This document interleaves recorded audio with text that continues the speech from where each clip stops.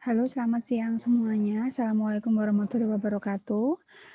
Hari ini Ibu akan menjelaskan sedikit materi yang berhubungan dengan sebelum kita UTS ya, terkait dengan mata kuliah agroindustri perikanan dan peternakan. Saya lanjutkan untuk proses sebenarnya intinya adalah proses pengolahan ya, proses pengolahan dari komoditas perikanan maupun peternakan. Baik, di sini, oke. Mungkin kalian sudah tidak asing dengan berbagai macam olahan komoditas perikanan dan peternakan yang ada di market ya, baik itu tradisional maupun modern ya. Di sini ada kalau kalian lihat di situ ya, ini adalah contoh dari hasil pembekuan komoditas perikanan ya. Ciri-ciri khusus suatu bahan yang dapat berfungsi sebagai bahan pangan sekarang. Kebetulan Ibu dapat hadiah dari alumni ya, dari alumni yang kemarin yudisium, karena memang persyaratan untuk yudisium itu di PSTIP adalah memberikan buku yang sesuai dengan penelitiannya. Jadi ini masih tergolong umum ya nak ya, tapi ini cukup bagus. Jadi memang di sini tadi Ibu baru sampai di halaman berapa ini? 42 ya. Karena di sini intinya adalah ada beberapa macam ciri-ciri khusus untuk yang dikatakan bahan pangan. Ya, di Undang-Undang Nomor 28 tahun 2004 ya, masyarakat di Indonesia sudah istilahnya dilindungi oleh pemerintah ya, terkait dengan bahan yang dikonsumsi dalam kehidupan sehari-hari. Siapakah yang membantu untuk melindungi kita? BPOM ya, BPOM. Tapi terkadang memang untuk beberapa wirausaha menjadi tantangan tersendiri untuk bisa berhadapan dengan BPOM. Karena apa? Apa yang mereka jual, apalagi produk baru, harus yang benar-benar aman. Apalagi undang-undang terbaru untuk dikatakan layak untuk diperjualbelikan, undang-undang terbaru tahun 17 kalau tidak salah tahun 2019 disebutkan bahwa semua produk yang diperjualbelikan di Indonesia harus berlogo halal. Sehingga bukan hanya layak untuk dikatakan mutu gizinya, tapi juga kelayakan dari segi halal. Loh Bu, ini kan yang mengkonsumsi bukan hanya muslim, betul. Tapi balik lagi ke pengertian halal, yaitu adalah makanan yang baik untuk dikonsumsi. Tidak mengakibatkan sesuatu yang tidak bermanfaat masuk ke dalam tubuh. Itu ya. Nah, di sini ciri-ciri khususnya yaitu yang pertama, secara umum mempunyai nilai gizi tinggi, dapat memenuhi selera dan memuaskan rasa lapar konsumen, bersifat aman dan sehat jika dimakan, serta halal. Ya, dasar pengawetan. Suatu contoh di sini karena memang ini kategorinya adalah perikanan peternakan, untuk pengolahan ikan yaitu adalah mempertahankan kesegaran dan mutu ikan selama dan sebaik mungkin. Sebenarnya bukan hanya untuk ikan, bahkan untuk hasil ternak juga sama. Ya, tapi memang terkadang tidak semua orang mau atau berkeinginan untuk saya tidak mau membeli segar, ribet harus masak dan sebagainya. Saya maunya sudah dalam bentuk setengah matang atau matang. Ya, hampir semua cara pengawetan atau pengolahan ikan, dan di sini juga dalam tanda kutip juga ternak juga ya, meninggalkan sifat-sifat khusus pada setiap hasil awetan atau olahan. Itu wajar. Karena memang berubahnya bau, cita rasa, wujud atau rupa, serta tekstur. Sebenarnya di sini tujuan utama pengawetan adalah untuk mencegah proses pembusukan, ya, terutama pada saat produksi melimpah. Meningkatkan jangkauan pemasaran ikan, melaksanakan diversifikasi pengolahan produk-produk perikanan, serta meningkatkan pendapatan nelayan atau petani ikan sehingga mereka terangsang untuk melipat gandakan produksi. Ya bahasanya memang lebih karena memang dengan bahasa-bahasa yang kadang-kadang ambigu seperti ini justru malah meningkatkan rasa ingin tahu. Mungkin kalian juga kok bahasanya pakai bahasa terangsang gitu ya, tapi setidaknya untuk istilahnya mendorong, gaya mendorong agar masyarakat utamanya di sini kalau untuk produk ternak mungkin memang sudah sangat awam, bahkan setiap kali ada kegiatan entah itu pernikahan, sunatan, atau pertunangan mungkin yang dinamakan lauknya pasti tidak jauh-jauh dari hewan ternak. Bisa ayam, daging, dan seterusnya. Tapi jarang yang menyuguhkan olahan ikan. Nah ini, alangkah baiknya jika mungkin ada yang di sini mau meneruskan usaha cili pari misalkan, tapi dengan nama yang lain, khas Sumba misalkan, tapi olahannya olahan ikan. Yuk dicoba. Memang di sini memang titik beratnya ada ikan. Beda dengan hasil ternak. Kalau untuk ikan ini ada yang bersifat musiman, ya, tidak sepanjang tahun bisa ditemukan. Jadi memang kita perlu lebih istilahnya mengupayakan effort tertentu, ya, agar ikan yang memang ditemukannya musiman ini bisa tetap dikonsumsi sepanjang tahun. Untuk menentukan mutu kesegaran ikan, yang perlu dilakukan adalah di sini contoh untuk ikan yang baik itu ikan permukaan, ikan dasar, maupun ikan yang berada di posisi antara dasar dan permukaan atau semi demersal. Untuk ikan demersal banyak mikroba, jelas karena memang dia tempat tinggalnya dekat dengan lumpur, sehingga di sini kadar asalnya juga termasuk tinggi, hingga mudah rusak. Untuk ukuran, ya, ikan kecil justru banyak memiliki mikroba karena lendir mengelilingi tubuhnya lebih banyak. Saluran pencernaan insang dan jarak antar mikroba di saluran pencernaan dengan lendir pendek. Ya, jadi intinya kalau semakin kecil itu memang dia mudah sekali untuk membusuk. Makanya kenapa kalau untuk ikan-ikan kecil lebih cepatnya adalah dilakukan pengeringan atau memberikan penggaraman kemudian dikeringkan. Untuk jenis kelamin sekarang, justru jenis kelamin betina itu lebih mudah busuk dibandingkan jantan. Mengapa? Karena untuk ikan betina memiliki hormon dan enzim lebih banyak dibandingkan dengan pejantan. Sebenarnya ini juga bisa dianalogikan ke manusia ya. Kenapa kok perempuan cenderung moody? Bisa mudah tersenyum tapi 5 menit kemudian bisa ngamuk banting. Oh itu ibu ya. Oke, bisa jadi karena memang kalau untuk perempuan secara lahiriah memang dia memiliki hormon dan enzim tertentu. Tapi jangan khawatir, saya kasih bocoran. Jika perempuan itu posisinya dia moodnya lagi drop, yang sangat sensitif, gampang sekali untuk membuat moodnya menjadi lebih stabil, yang lebih rileks. Beri dia teh hangat dan coklat. Ya, jadi memang kenapa kalau betina tuh kenapa kok konstruksi dagingnya lebih lembek ya, lebih kenyal, lebih empuk dibandingkan dengan jantan.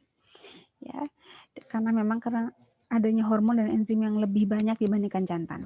Untuk habitat, adanya deposit atau memang di sini dikatakan deposit berarti ada penyimpanan lendir dan di lendir dan insang banyak pada ikan demersal.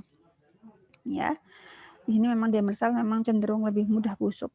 Begitu pula isi perut. Nah, ini makanya kenapa kok ikan itu kalau mau dibersihkan itu juga sampai dengan membersihkan isi perutnya. Ya.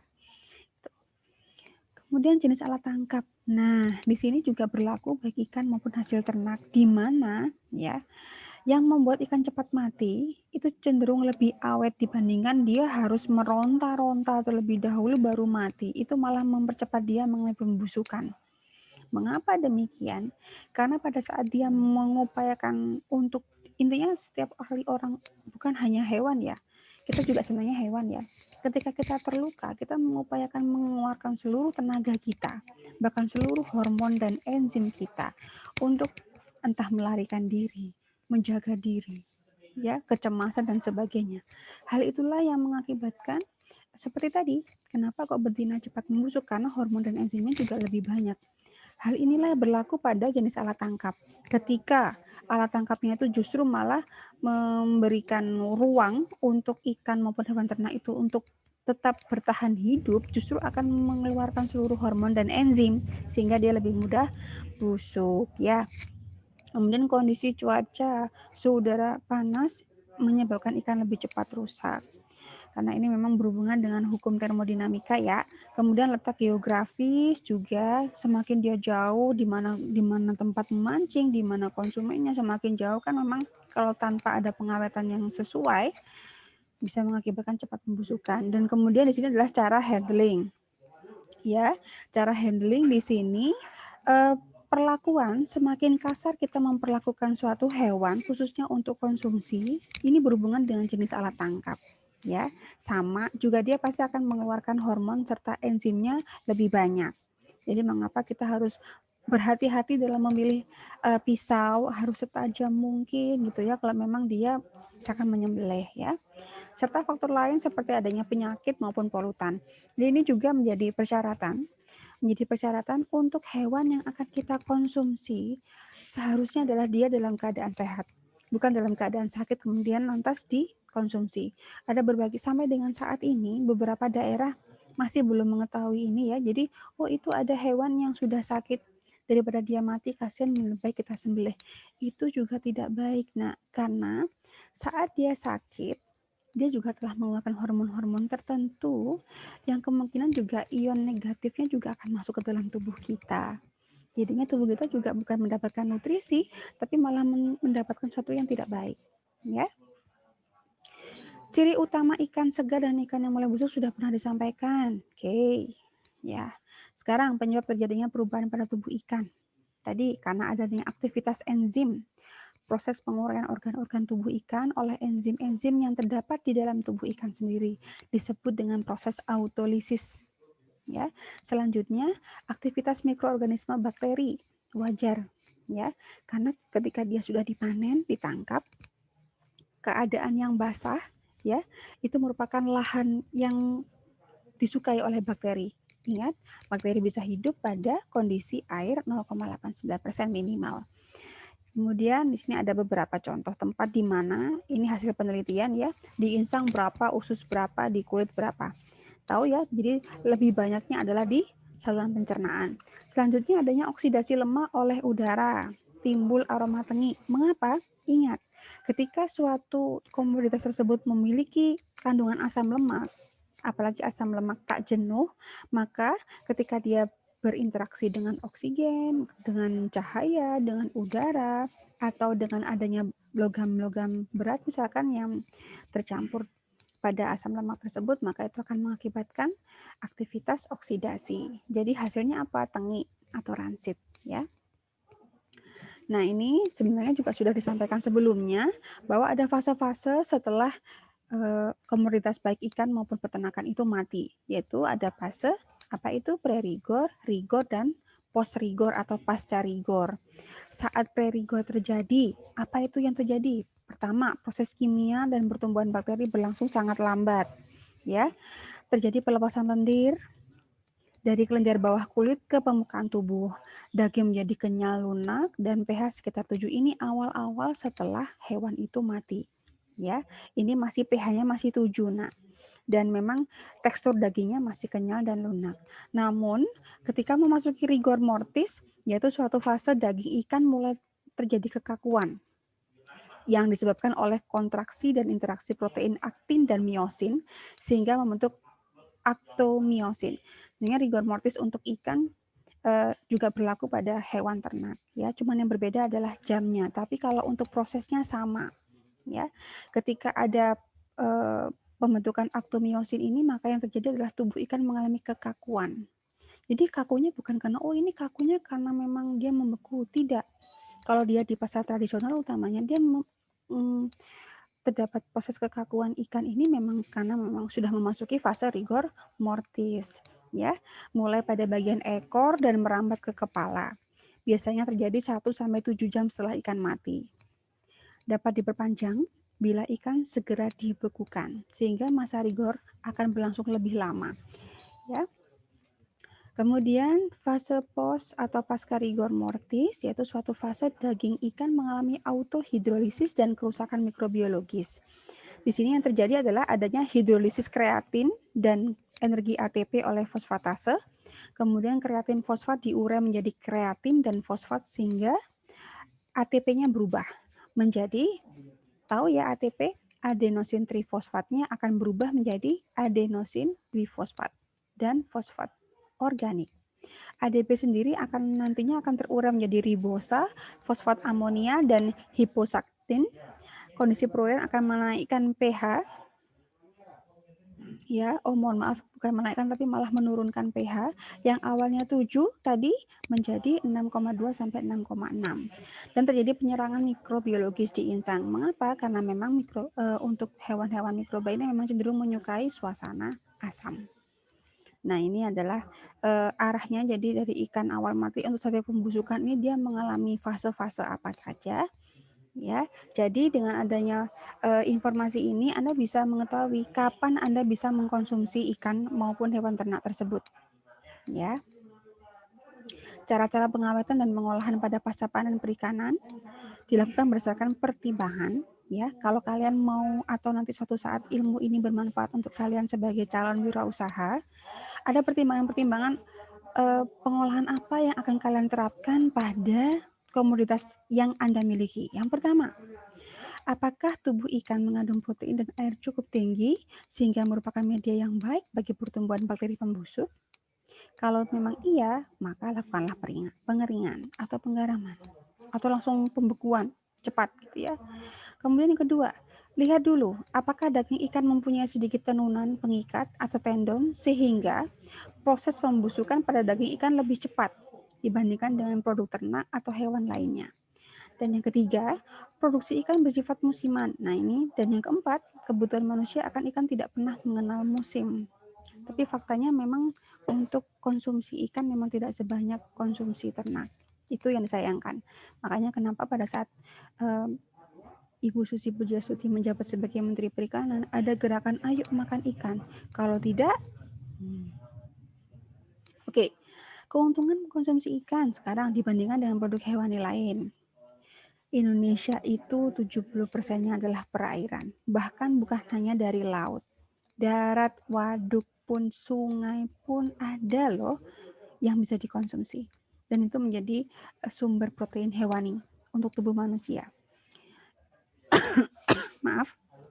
Kemudian kandungan protein rata-rata untuk ikan cukup tinggi, yaitu sebesar 20%. Bahkan ini tadi saya cek ya, di buku yang kebetulan dari alumni ini, memang ikan bandeng dari perairan Payo itu juga kurang lebih ada 20% protein. Ya, selebihnya naik turun di antara 20% tersebut.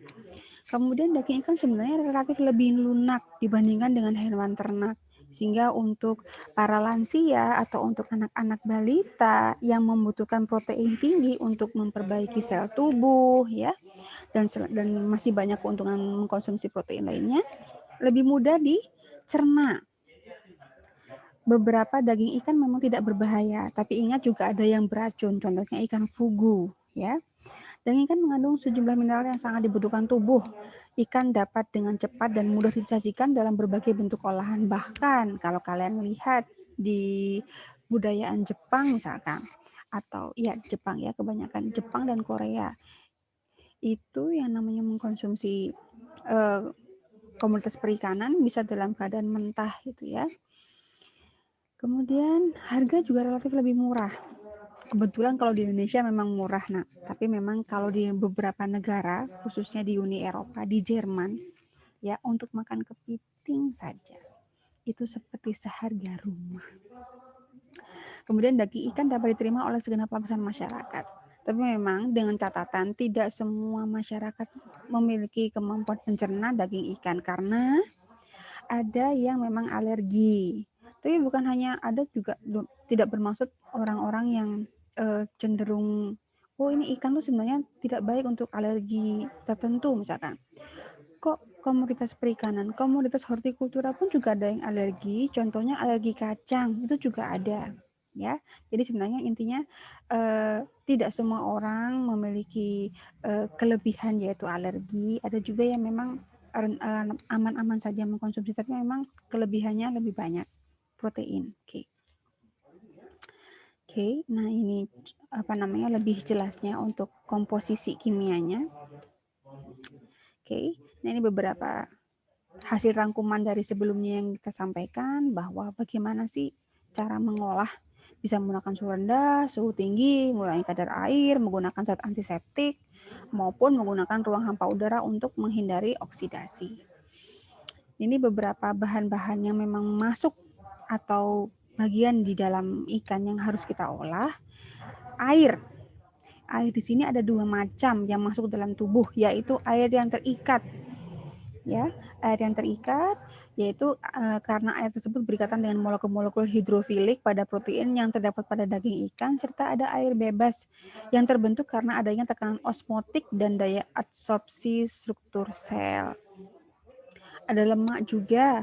Lemak ikan sebagian besar berupa lemak sederhana, yaitu trigliserida yang bersifat netral, ada yang berupa kompleks seperti sterol dan fosfolipid. Kemudian lemak ikan juga mengandung sejumlah kecil asam-asam lemak bebas, vitamin, dan zat warna. Asam lemak tidak jenuh juga cukup tinggi di daging ikan, yaitu antara 79 sampai 83%, yang menyebabkan produk hasil perikanan mudah teroksidasi. Ya, oksidasi dapat dipercepat dengan adanya yang tadi saya jelaskan. Kalau pada lemak menyebabkan timbulnya tengik dan seterusnya. Ikan dengan kandungan lemak yang tinggi mengandung vitamin A. Ingat, vitamin A, D, E, dan K itu larut lemak. Jadi wajar kalau memang di tubuh ikan itu juga kaya akan vitamin tersebut. Begitu pula protein. Nah, protein pada ikan memiliki daya cerna yang sangat tinggi, mudah dicerna maksudnya, yaitu sebesar 90% yang mudah dicerna. Protein ikan menyediakan lebih kurang 2/3 dari kebutuhan protein hewani yang diperlukan oleh manusia. Kandungan protein ikan itu sendiri adalah 15-25% per 100 gram daging ikan. Protein ikan banyak mengandung asam amino esensial. Kalau mau tahu asam amino esensial itu apa, bisa cari di Google ya. Dan mungkin ada perbedaan, apa sih bedanya asam amino esensial dan non esensial? Harusnya tahu karena di mata kuliah kimia sudah pernah dibahas. Ya, protein daging ikan terdiri dari protein sarkoplasma atau myogen dan protein myofibrilar dan protein stroma. Di sini ada macam-macam protein itu maksudnya apa? Nah, protein-protein ini memiliki kepentingan tersendiri, Anda bisa baca. Kalau sarkoplasma mengandung enzim-enzim proteolitik, myofibrilar itu penting dalam penggumpalan dan pembentukan gel saat pengolahan, serta protein stroma yang merupakan protein jaringan ikat yang terdapat di luar serabut daging ikan. Protein tersebut sangat mudah mengalami kerusakan lunak atau denaturasi yang disebabkan oleh proses pengolahan. Jadi hati-hati ya, apalagi memang protein itu mudah rusak ketika suhu pengolahan di atas 70 derajat Celcius. Jadi di sini ada karakteristik protein yang perlu kalian ketahui. Misalkan kalian nanti untuk tugas akhirnya mengolah protein hewani ya, khususnya untuk ikan, protein ikan bersifat tidak stabil dan mempunyai sifat dapat berubah atau denaturasi dengan berubahnya kondisi lingkungan. Apabila larut protein diasamkan hingga mencapai pH 4,5 sampai 5, maka akan terjadi pengendapan atau salting out. Sebaliknya, apabila dipanaskan seperti dalam pemasakan atau penggorengan, protein itu akan cenderung menggumpal atau terjadi koagulasi. Protein juga dapat mengalami denaturasi apabila dilakukan pengurangan kandungan air. Protein otot sendiri sebagian besar dalam bentuk koloid, baik berupa sol maupun gel.